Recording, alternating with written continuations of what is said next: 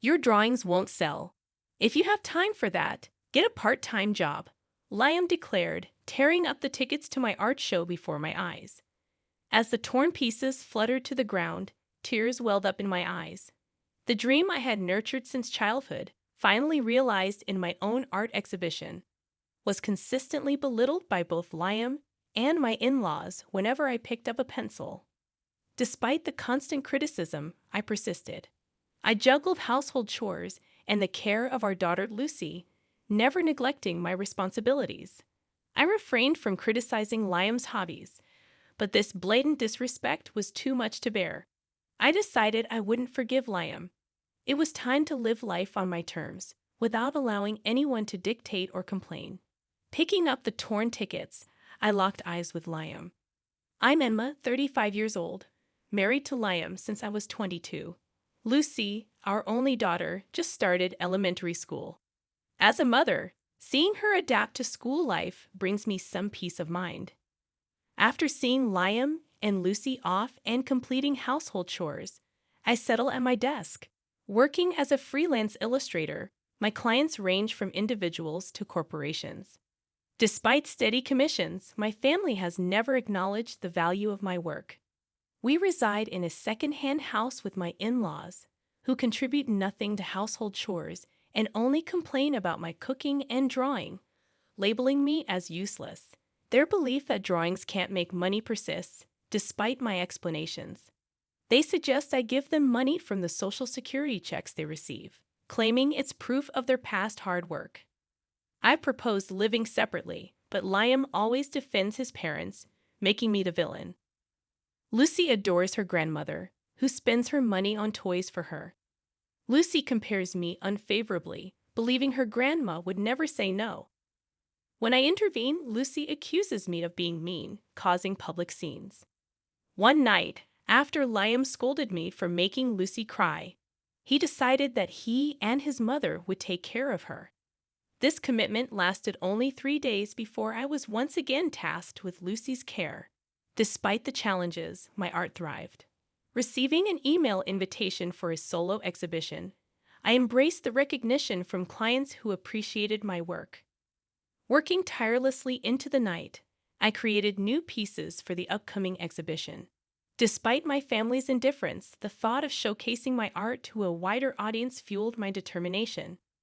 Facing a dilemma about inviting Liam to the exhibition, I approached him during a baseball game he was engrossed in. His response dashed my hopes as he revealed plans to hang out with friends on the day of my exhibition. "Oh, can't you spare a little time?" I pleaded. "My artwork's been recognized, and I have a solo exhibition coming up. I was hoping you'd come see it." Liam remained fixated on the TV, silent. Desperation edged my voice as I repeated, "It's my first solo show. Some of my regulars even helped plan it. And I've got some new pieces on display." "What the hell are you talking about?" Liam finally looked at me, disdain in his eyes. "Don't drag me into your little hobby. It's not a hobby. Some of the displayed artwork might even sell.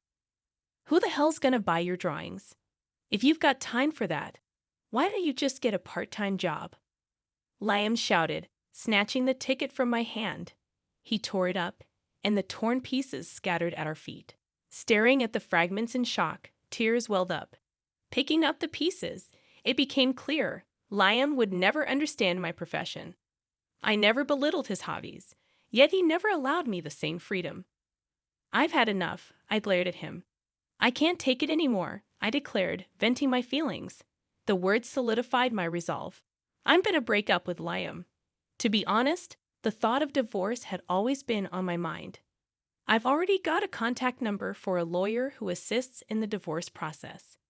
But every time I considered it, Lucy crossed my mind. Our child needs both parents. Moreover, if I left, Lucy would have to transfer schools. That's what I'd endured all this time. But that ends today. Ignoring Liam's calls, I returned to my room. Packing my things, I confirmed the lawyer's business card was there. Heading to Lucy's room, I found her doing her homework at her desk. "Mom, I'm sorry," Lucy said. Looking at her face, guilt washed over me. I hugged her, and Lucy looked puzzled.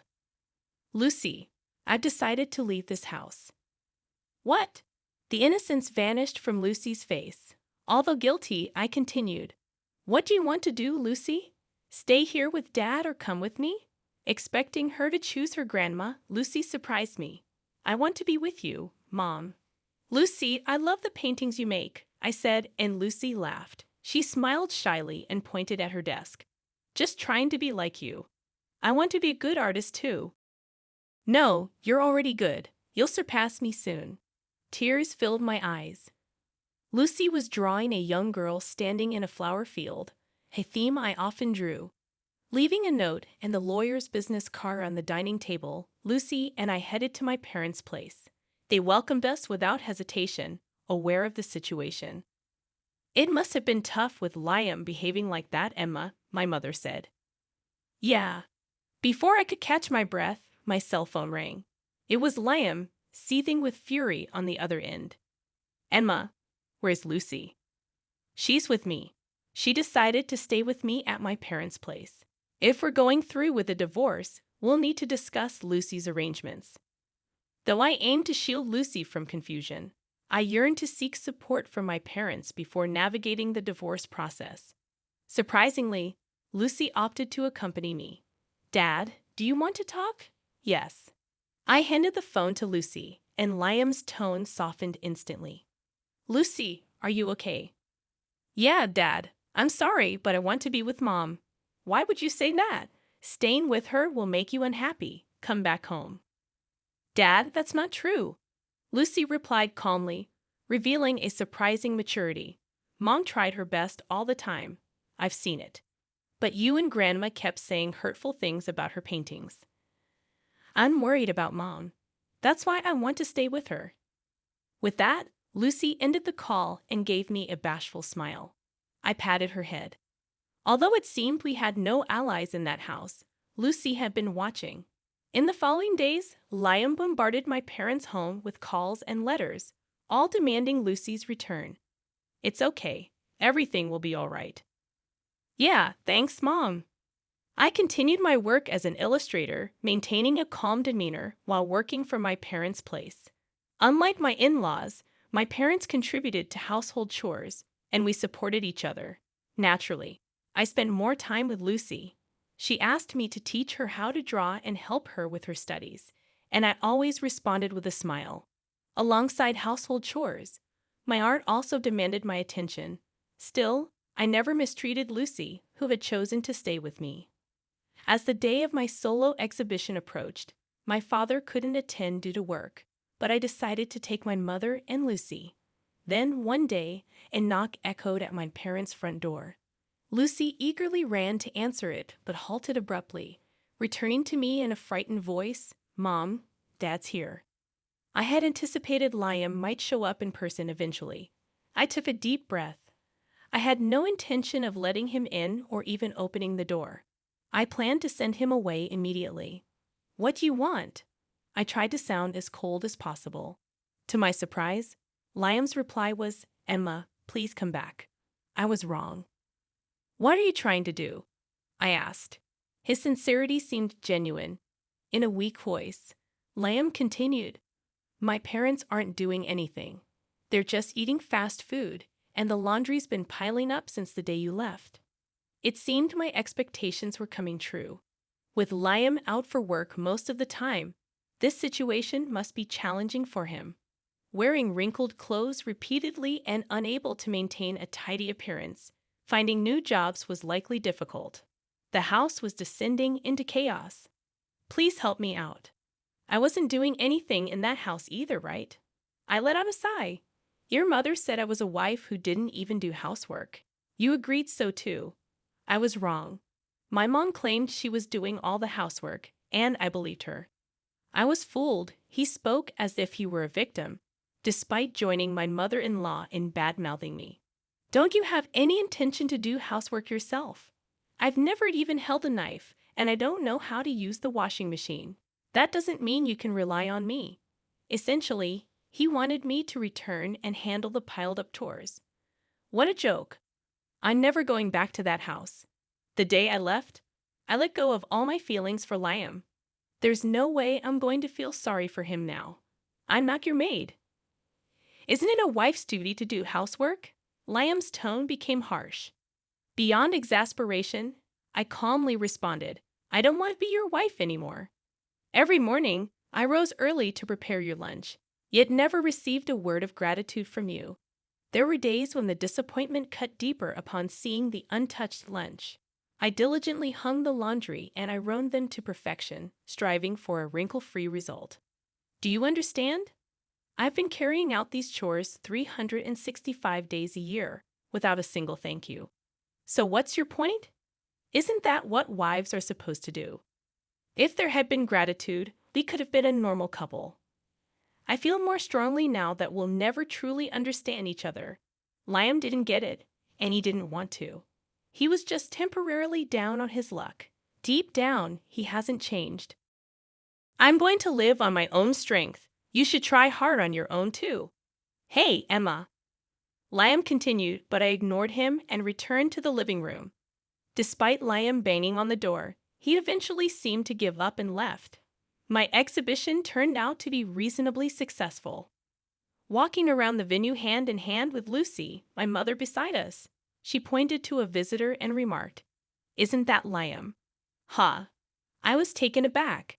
Facing Liam directly would be awkward, and it might bother Lucy. With these thoughts, I observed the visitor's face. He wore his hat low, but it was unmistakably Liam. Mom, watch Lucy for me. All right.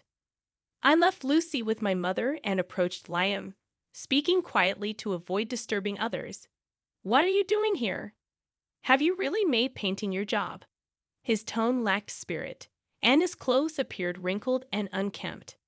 Liam's eyes briefly met mine. But you're not selling any, right? Look over there. I pointed to a certain corner of the venue. The painting on the wall is a new piece. Below it, it shows sold. That painting's already been snagged by a private collector, and it has a price tag. Want to know how much? No, I'm good. Liam took a step back, looking startled. The sight of my artwork being sold seemed to shock him. Excuse me, do you have a moment? A local newspaper reporter approached, expressing their intent to feature the exhibition in an upcoming article, along with an interview. For freelancers, networking is crucial, and this was a welcome opportunity. Liam's eyes widened. You're really making it big, aren't you? Well, let's just say I make more than you do, I replied matter-of-factly. Liam looked flustered, letting out a groan.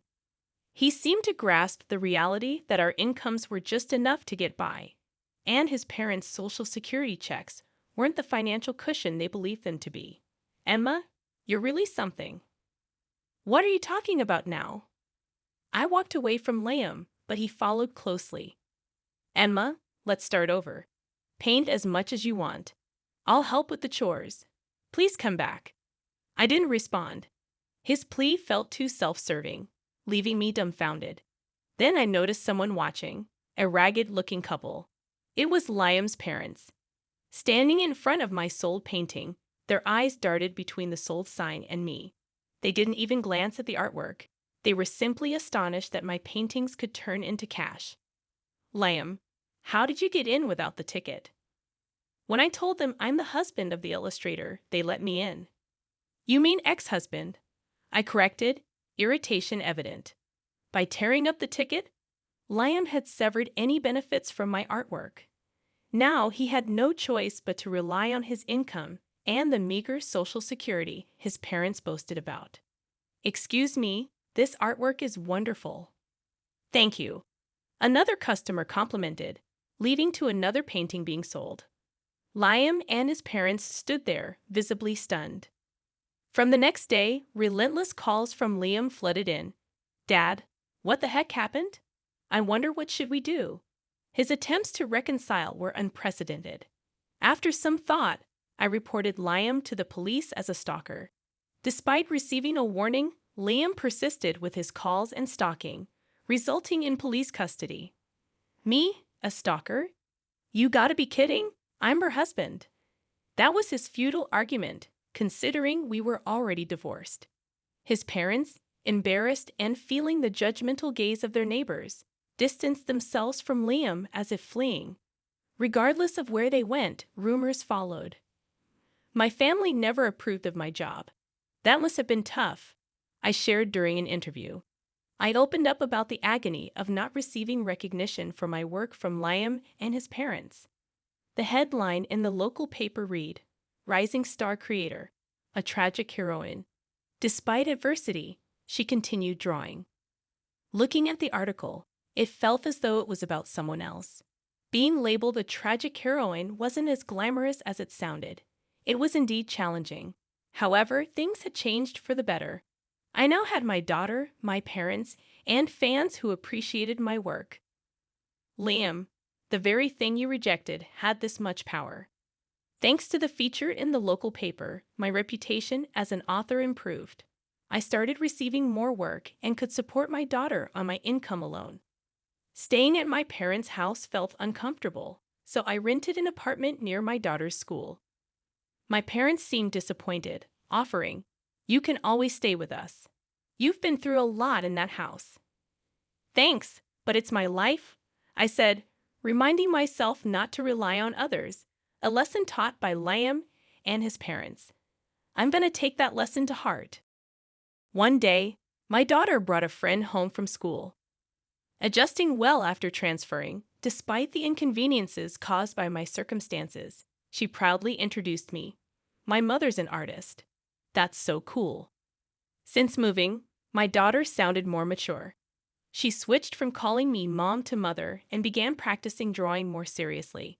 Previously, she doodled random drawings, but now she showed interest in the tools I used for work and spent more time watching me. "I'm going to be like you, mother." "Really? That makes me happy. Want to try using this pen?" "Really?" She blushed with excitement, reminding me of the joy I felt when I got new art supplies. Like mother, like daughter. At first, Lucy couldn't draw a straight line. Every attempt resulted in warped lines, creating a jumbled mess.